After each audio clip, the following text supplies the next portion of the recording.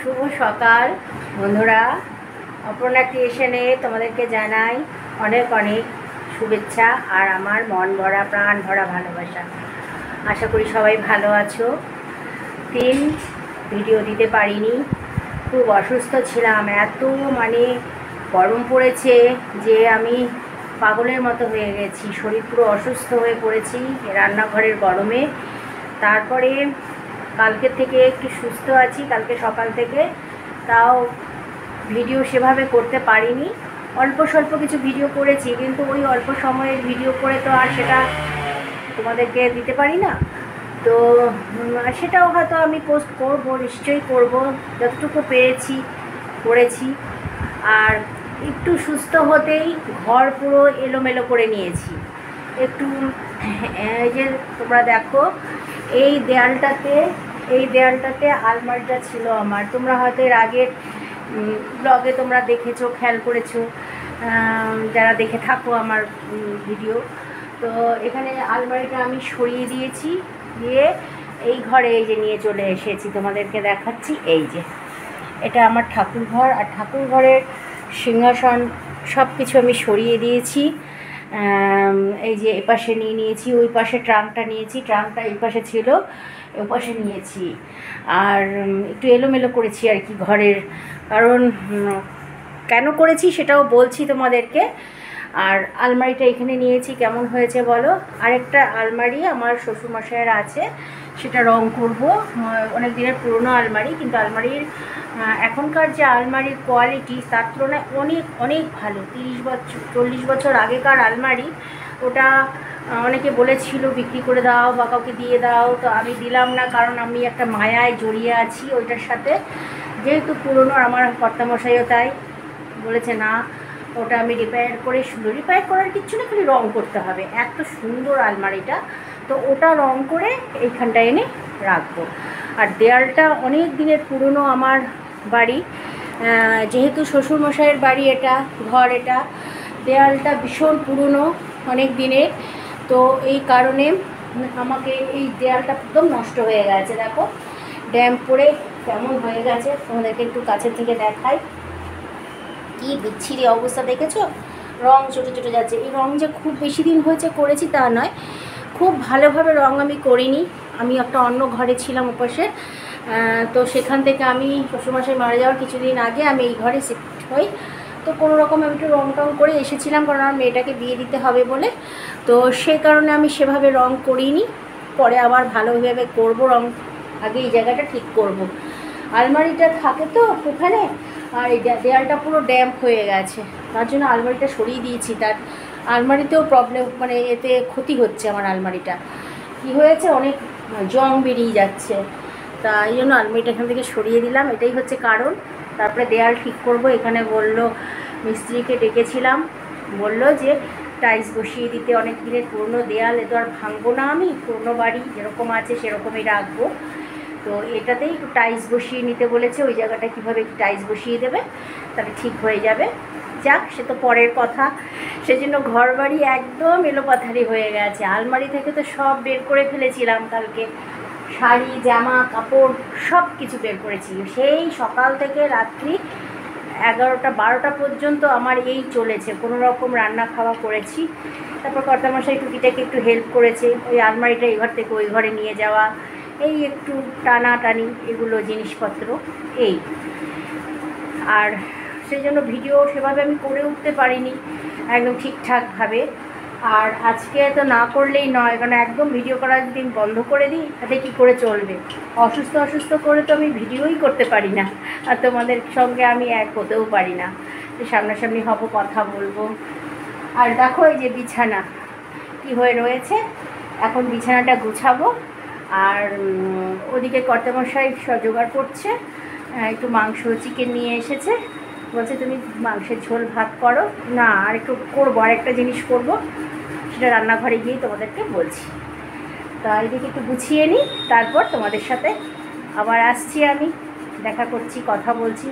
ও আরেকটা জিনিস তোমাদের সাথে শেয়ার করার আছে। আর এই যে দেখো, তার আগে দেখিয়ে দিই, এই যে এখানে আলমারির জামা কাপড়, আলমারিরও আছে, আলনারও রয়েছে। আলনাটা যেখানে আলমারিটা নিয়ে গেছি ওই ঘরে, ওখানে আলনাটা ছিল, তোমরা হয়তো এর আগে দেখেছো।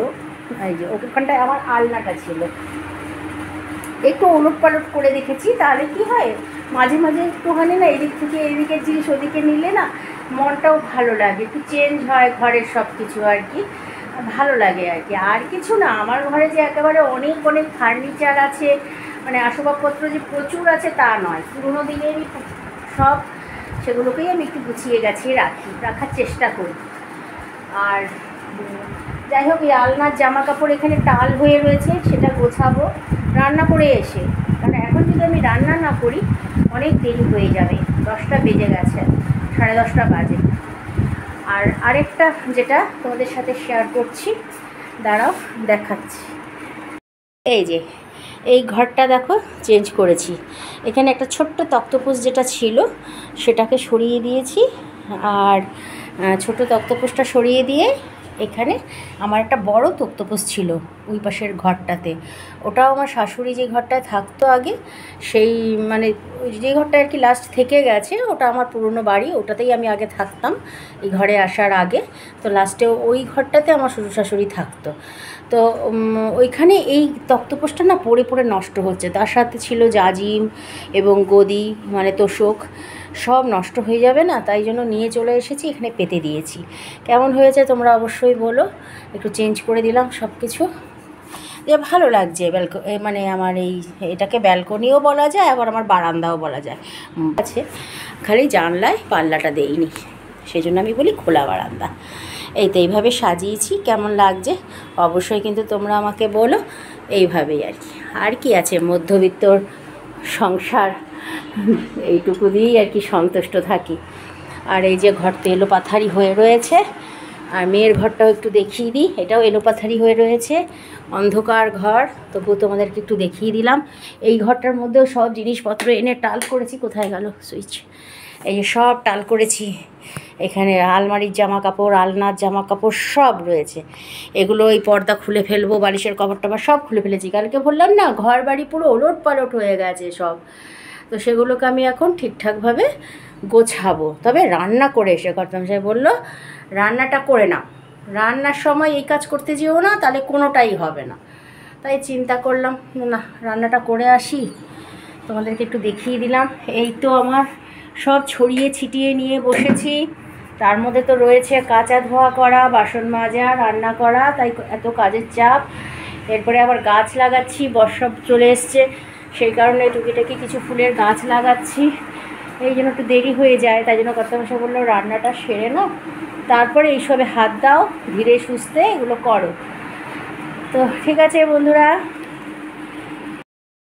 তাহলে এখন যাচ্ছি রান্নার ঘরে, তারপরে তোমাদের সাথে দেখা হচ্ছে ওখানে, কী রান্না করছি সব বলছি গিয়ে।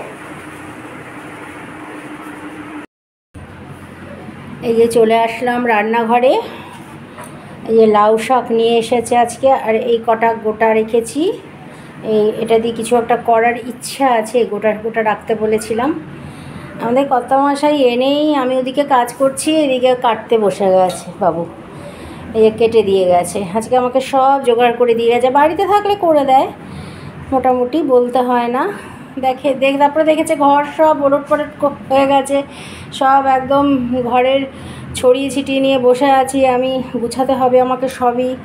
তারপরে তো আমার নিজস্ব কাজবাজ থাকেই না, ঘর ঝাড় দেওয়া, উঠোন ঝাড় দেওয়া, রান্নাবান্না, বাসন মাজা, এগুলো তো থাকেই, মেয়েদের কাজ যেগুলো কাচা ধোয়া। সেই কারণে সেই চিন্তা করে আমাকে জানে আমার এই শাক কাটতে ভালো পারি আমি, কিন্তু আমার একটু কষ্ট হয়, কারণ আমাকে বসতে হয় অনেক কষ্ট করে, তো তাই বলে কি তুমি কতক্ষণে বসবে কাটবে, তাই ও কেটে দিয়ে গেছে বসে। আর আলুও কেটে দিয়ে গেছে, আর এই যে পেঁয়াজ, আর এই মিক্সিতে এটাও আমাকে মিক্সিতে পেস্ট করে দিয়ে গেল। আর আমি একটু মটর ডাল অল্প একটু ছিল তো ভিজিয়ে রেখেছি, এখন ধোবো ভালো করে, ধুয়ে এটা প্রেশারে সেদ্ধ দেবো, আর এর সঙ্গে আর একটু মুসুর ডাল দিয়ে দেবো, কেন মটর ডালটা না একটু কম আছে, ডাল দিয়ে আজকে শাক দিয়ে করব। খুব খেতে ইচ্ছে করছিল মটর ডাল দিয়ে লাউ শাক, বেশ কিছুদিন ধরেই খেতে ইচ্ছে করছে, তো বলেছিলাম কর্তামশাইকে, তাই নিয়ে এসেছে। আর এই যে এখানে মাংস কিছুটা ধোয়া রয়েছে, এখন আরেকটু ভালো করে ধোবো, কারণ কর্তামশাই জানে তো যে আমি নিজে ভালো করে না ধুলে পর হয় না, তাও ও যতটা পেরেছে বেছে পরিষ্কার করে ধুয়ে রেখে দিয়ে গেছে। আমাকে বলেছে তুমি আরেকবার একটু একবার তোমার যেটা ইচ্ছা হয় তুমি সেভাবে ধুয়ে রান্না করো। ধোয়া রয়েছে, খুব ভালোই ধুয়েছে, পরিষ্কার করেছে। দেখি কি করি, যদি ধুতে না হয় ধোবো না আর, কারণ যথেষ্টই পরিষ্কার করে মাংসটা ধুয়ে রেখে দিয়ে গেছে। তো এখন আমি রান্নাটা শুরু করব। ঠিক আছে, তোমরা আমার সাথে থাকো। আর কি, রান্না বসিয়ে দিয়েছি, এবার সে ডাল সেদ্ধ হচ্ছে, মটর ডাল আর মসুর ডাল একসাথে বসিয়ে দিয়েছি। আর এবার সে যে মাংসের আলুটা ভেজে নিলাম। আর আমি মাংসটা যেভাবে রান্না করি, নুন হলুদ সর্ষের তেল আগে থেকে মাখিয়ে রেখেছি। আর এখন জিরে শুকনো লঙ্কা তেজপাতা আর গোটা গরম মশলা ফোড়ন দেব, দিয়ে পেঁয়াজ কুচিটা দিয়ে দেব, তারপরে আদা বাটা রসুন বাটা দিয়ে কষিয়ে নিয়ে জিরে ধনে শুকনো লঙ্কা অল্প গুঁড়ো দেবো, কারণ কাঁচা লঙ্কা দিয়ে পেস্ট করেছে।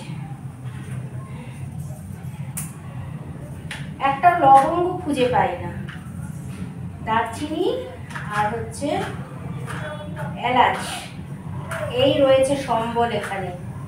একটা লবঙ্গ নেই, দুটো লবঙ্গ দেব।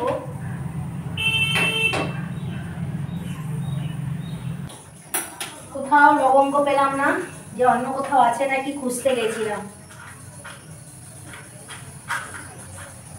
এলাচ দারচিনি, এটা গরম মশলার মধ্যে, গোটা গরম মশলার মধ্যে এলাচ দারচিনি, তো দুটো লবঙ্গ না বা একটা লবঙ্গ না দিলে ভালো লাগে না।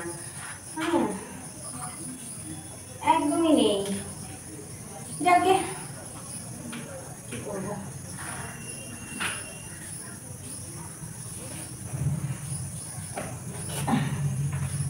তেজপাতা নিয়ে নিই।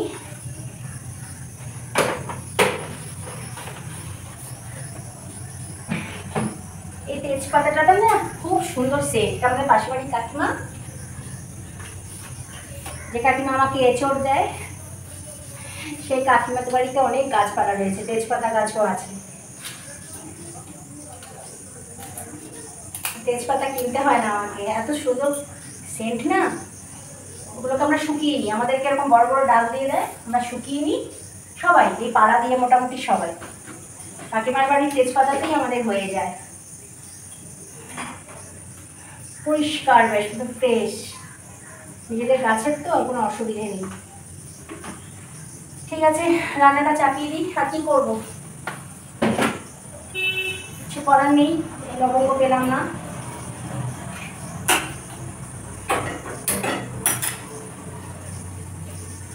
এখন দিয়ে দিই গোটা জিরে, পরে তেল গরম আছে, আর দিয়ে দিই শুকনো লঙ্কা,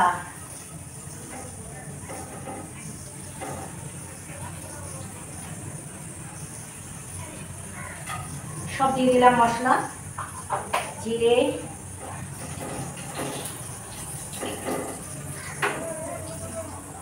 আর কি, সবাই তো আমরা একরকমই রান্না করি তাই না, কেউ একটু এদিক ওদিক, কেউ আমরা এই মশলাটা আগে দিচ্ছি, কেউ এই মশলাটা পিছিয়ে দিচ্ছি, এইরকমই, না হলে সবই ধরা একই রান্না। মাংস রান্নার এমনি যখন আমরা জিরে ধনে শুকনো লঙ্কা এইসব দিয়ে রান্না করি, রসুন বাটা আদা বাটা, তখন এইভাবেই হয়। আর অনেক অনেক সময় আমরা সর্ষে দিয়েও রান্না হয়, তারপরে অনেকে চার মগজ বাটা দিয়ে করি, কেউ তিল মুরগি করে। আমার তিল চিকেনটা খেতে খুব ভালো লাগে, তিল বাটা দিয়ে, তিল আর এমনি বাদাম বাটা, চিড়ে বাদাম বাটা দিয়ে খুব ভালো লাগে। আর এটা তো আমরা এমনি খাই সাধারণ ঘরে রান্না বান্না করে, এটা তো আর বলার কিছু নেই আর দেখানোরও কিছু নেই। আরও দেখুন পেঁয়াজ কুচিটা দিয়ে দিলাম, পেঁয়াজ কুচিটা দিয়ে বেশিক্ষণ কিন্তু আমি ভাজবো না পেঁয়াজটা, মাংসটা দিয়ে দেবো, মাংসটা একটু ভাজা ভাজা করবো। মাংসটা একটু ভাজা ভাজা করলে না খেতে স্বাদ হয়, মানে পেঁয়াজও ভাজা হচ্ছে মাংসটাও ভাজা হচ্ছে, এইভাবে রান্না করলে না খেতে খুব ভালো লাগে, একটু অন্যরকম লাগে। নাহলে না ওই মশলার মধ্যে কাঁচা মাংসটা যদি দিয়ে দিই না, একটা কেমন কেমন যেন ভালো লাগে না, মানে একঘেয়েমি তো, এখন আমি কিন্তু এরকম পেঁয়াজের সাথে মাংসটা দিয়ে একটু নাড়াচাড়া করে ভাজা ভাজা করে নিই, তারপরে মশলা দিয়ে কষিয়ে নিই। এই করছি এখন, এরকমভাবেই রান্না করি।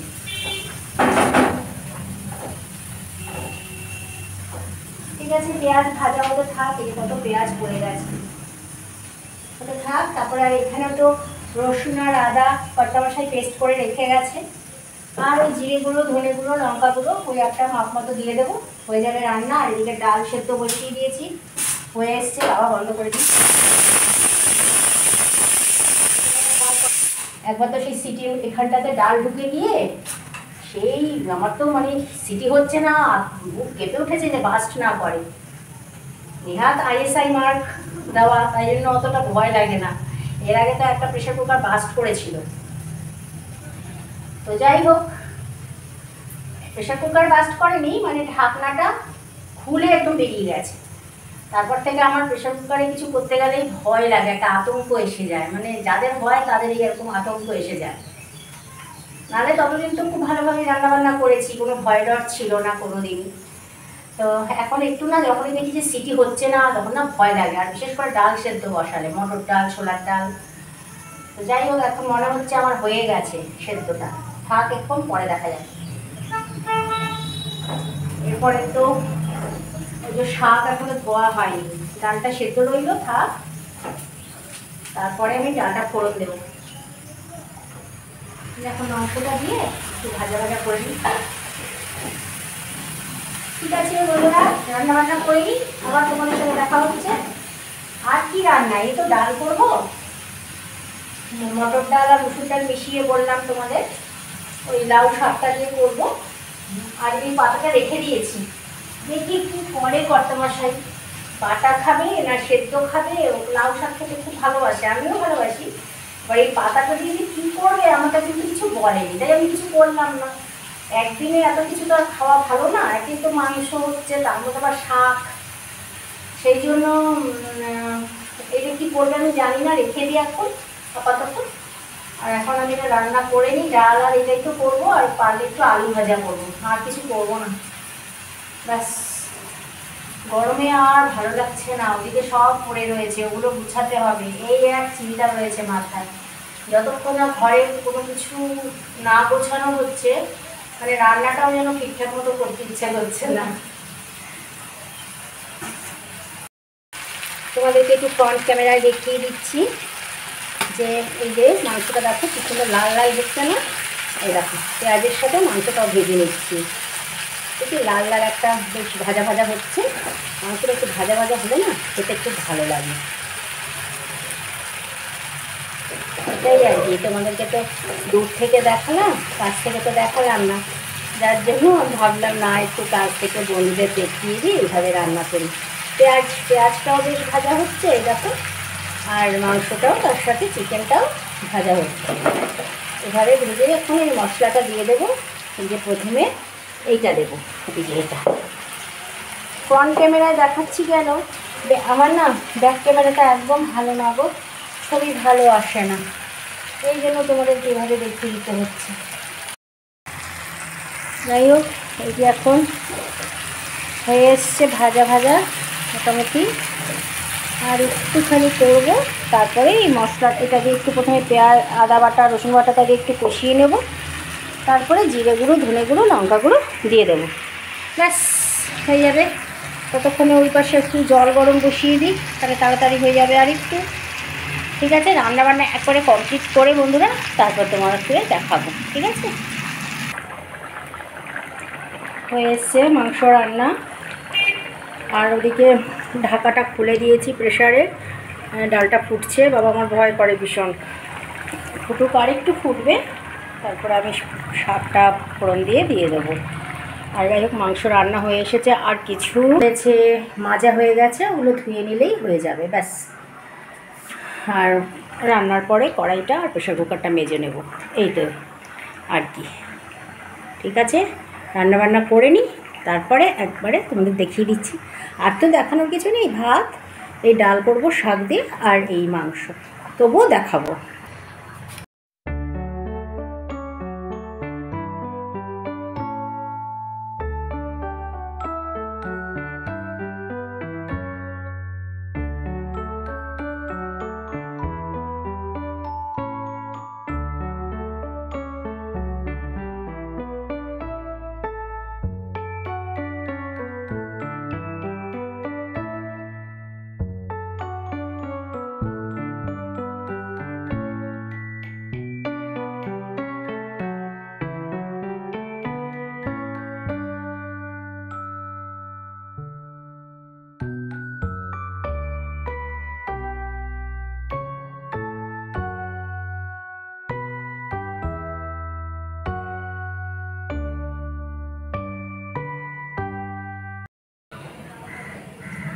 আজকেও চিকেনের মধ্যে দিয়ে দিয়েছি গন্ধরাজ লেবুর পাতা। এই তো নামিয়ে নিলাম, এখন দিয়ে দিলাম গন্ধরাজ লেবুর পাতা, দুটো দিলাম। মাংস তো খুব বেশি নয়, 600 গ্রাম মাংস আছে, যেটা আমাকে কর্তামশাই বললো যে এর মধ্যে দুটো পাতাই ঠিক আছে, এর থেকে বেশি পাতা দিলে কিন্তু তেতো হয়ে যাবে আর ভালো লাগবে না খেতে, সেই জন্য দুটো পাতা দিলাম। দিয়ে এবার আমি হাতাটা উঠিয়ে নিয়ে এবার আমি এটাকে পুরোপুরি ঢাকা দিয়ে দিই, তাহলে গন্ধটা খুব সুন্দর হবে, একটা মনে হয় যেন মাটন মাটন গন্ধ চিকেন থেকে, মানে চিকেনের সে আষ্টে গন্ধটা আর লাগে না।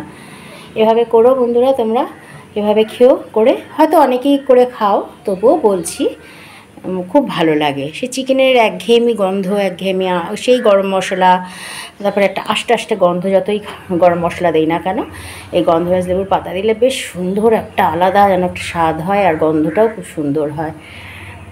তোমরা সব জানো, তবুও আরেকবার বলি, এই যে লাউ শাক দিয়ে ডাল দিয়ে করেছি, আর এই যে চিকেন, আর ভাজা করব ভেবেছিলাম, আর সময়ের অভাব, আর অনেক বেলা হয়ে গেছে, করতে পারলাম না। আমের চাটনি করেছি, আর ভাত তো আছেই, আর গন্ধরাজ লেবু গাছের কেটে নিয়েছি। বন্ধুরা, আজকের মতো ব্লগটা এখানেই শেষ করলাম, অনেক বড় হয়ে গেছে। আবার দেখা হচ্ছে আগামীকাল নতুন একটা ব্লগে। ততক্ষণ কিন্তু সবাই ভালো থেকো, সুস্থ থেকো।